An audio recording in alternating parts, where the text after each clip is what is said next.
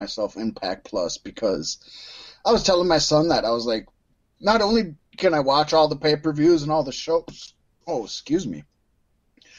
but all of the classic match. There's so many.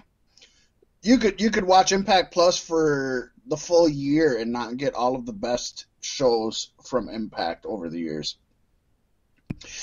But Pasty, Impact, Bound for Glory 2020. This, of course, is the quote-unquote WrestleMania of Impact, although I think that cheapens Bound for Glory. We started out with a pre-show I did not watch tag match. The Deaners, of course, Cody Deaner and cousin Jake Deaner. I love it. Defeated the Rascals. They defeated the Rascals. I'm not happy that they defeated them, especially in under 4 minutes. I'm a huge Rascals fan, and you know what? I liked Cody Deaner when he was with ODB as kind of her sidekick. I'm not a fan of the Deaners. I'm sorry. I don't even know who they are. They're hillbilly. Think of what was Adam Sandler's friend in that movie where he had a mullet? Come on. How many Adam movies Sandler had a mullet, or the friend? No. Adam Sandler wasn't even in the movie, but I can't think of the David Spade, the movie where he had a mullet. Joe Dirt. Oh, Joe Dirt, yeah. Yeah, they're basically both Joe Dirt, really. They're not bad in the ring. They're not great either, but I just don't dig the Joe Dirt character. Yeah. Didn't like the movies. Sorry. Well, what Didn't are they like doing? Ricky Bobby. What are they doing going over on the Rascals then? The Rascals are actually good. That's my point. I'm upset. And in under 4 minutes. You know, like, what the fuck? You have no reason to be upset, Fat Mac. I almost got a clean sweep on this one with 0 points.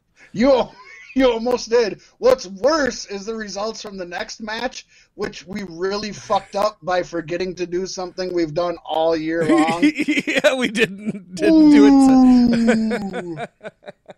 But we'll get to that later.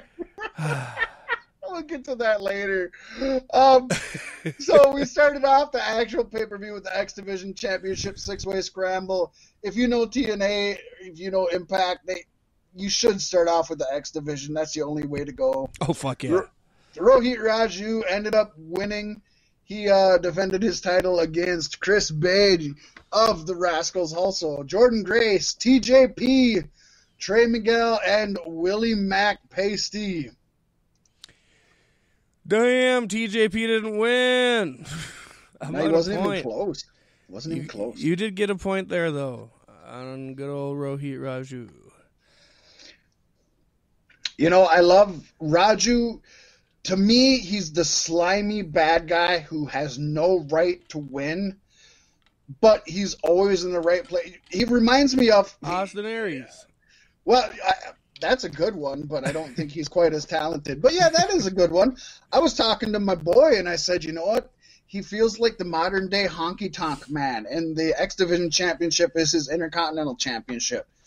You know, Honky stole and DQ'd, and he found a million ways to keep his title, and but he never just had a clean pinfall.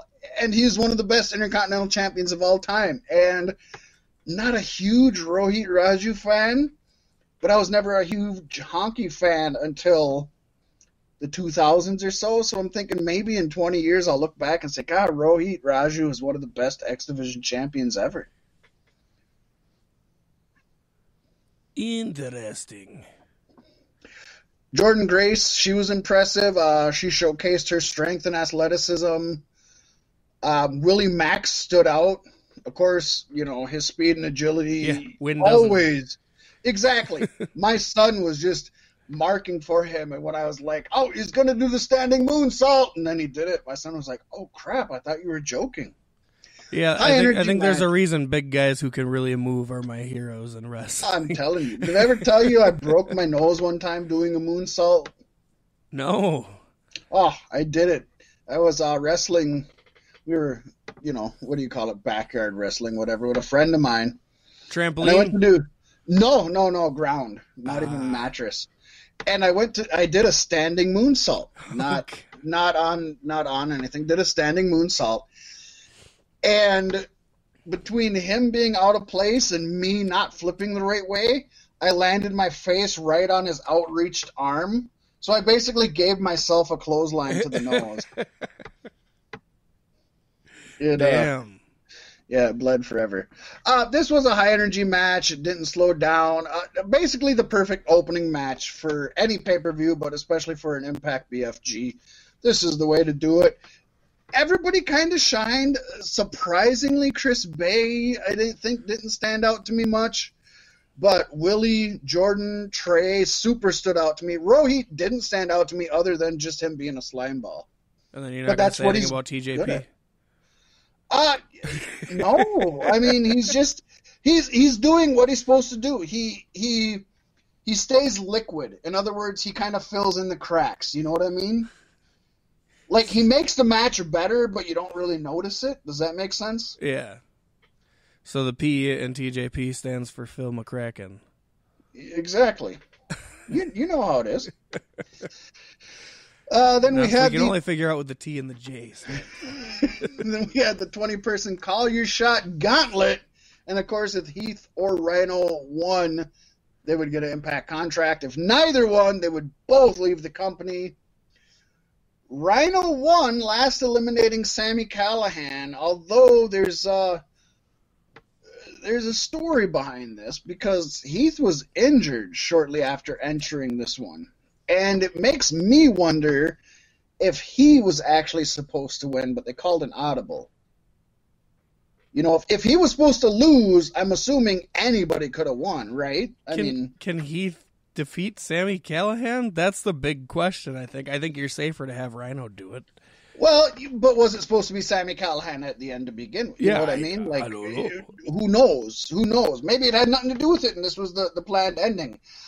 But I think that, in all honesty, whether it was supposed to happen or not, I think it's better for Heath's story because this shows that he needed Rhino to once again save the day. You know what I mean? I like that.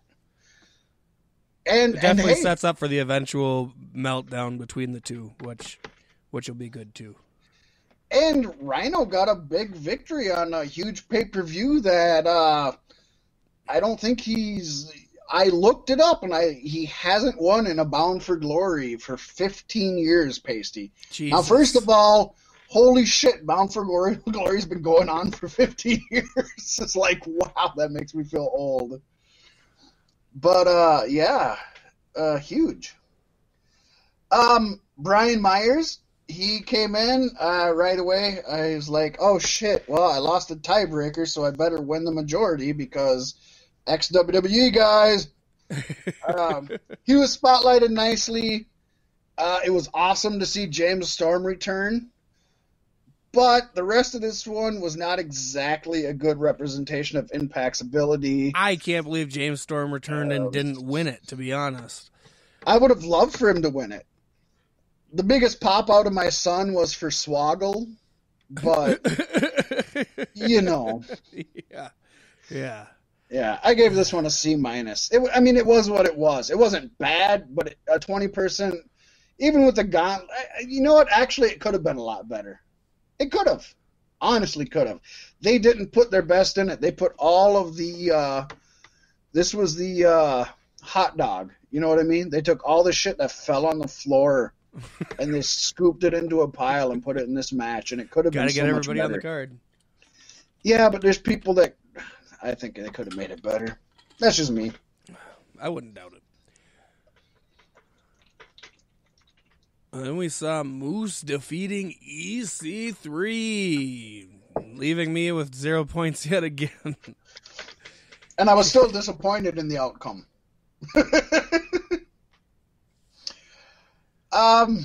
This was a cinematic match. I think we mentioned that last week, right? Because it kind of came last minute. It was an undisclosed location. I was kind of bummed that they didn't disclose the I thought they'd say something about it, but they didn't. Was it from the Firefly Funhouse? No, it wasn't. But they did a good job here. I really thought they did.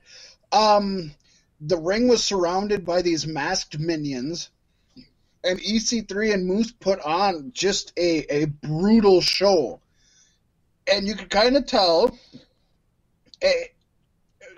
I kind of separated myself here, Pasty, because the story was awesome. What I wanted the story to be was exact opposite. But they told the story, and I followed it. So it was not about EC3's return. And it wasn't about putting him in a big spot. It was all about Moose. It was about getting the killer edge out of him. You found out that EC3 was actually trying to help Moose in maybe a Mr. Miyagi way. You know what I mean? Just pissing him off and fucking with him. It was a great bit of business. It forced the nastiness out of Moose. Positioned EC3 as like the sacrificial lamb. And Moose won, but it was kind of a weird, obscure ending. But this could have been a lot worse than it was. Was it as weird, as it obscure as Braun Strowman and Bray Wyatt disappearing into a swamp and the pay-per-view ending? But I will say that I wanted to grade this higher, but the ambiguous ending hurt my opinion. I mean, like, maybe Moose didn't win. EC3 obviously didn't win. He lost. He was beat down and dead in the middle of the ring. There were no referees, so there was no pinfall, no nothing. Doesn't change the outcome of you and I, so I would say Moose won because he was standing tall and EC3 was dead, but it kind of ended. It was nothing like the Firefly Funhouse, but you know how that ended without a legit winner or loser, but we knew there was a winner and loser? Yeah. That's kind of how this was, and I wish they would have explained something at the time, and they didn't. I just wish EC3 would have won and would have got a point. What's the point of coming back? You're the company's like golden god. I honestly wish he would have won because I want him to be the standard bearer. I want him to be the main guy. Does anybody actually like Moose? That's the real question. People do. People on the internet, at least. I don't know why. I've never seen. I don't know. I've never seen a moose. He's like a giant Titus O'Neil. You know, I mean, he's not. He's a more bulkier Titus O'Neil. I don't even think he's taller than Titus. He's just like moves he's goofy like him, and he's like, I don't know. He's kind of like a moose. Yeah.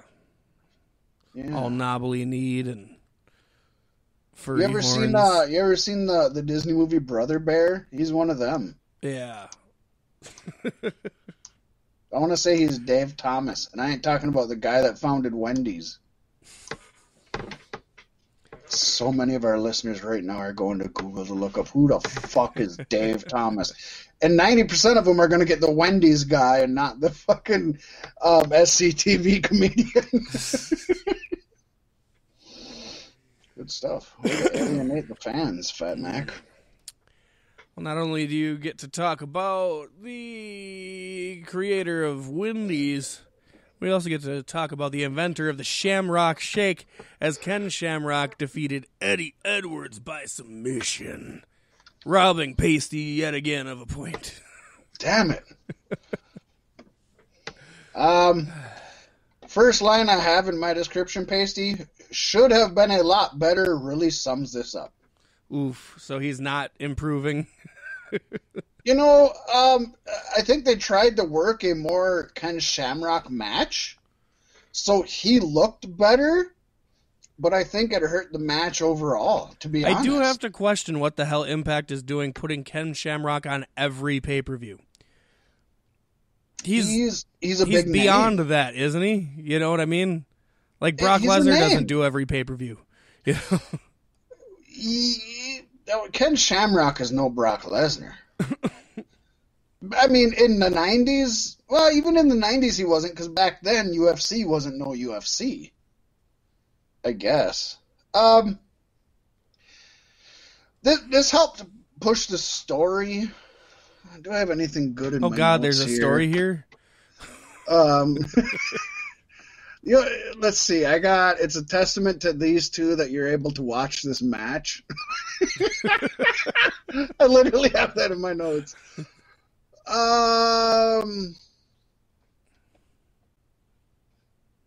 Well, I did have here.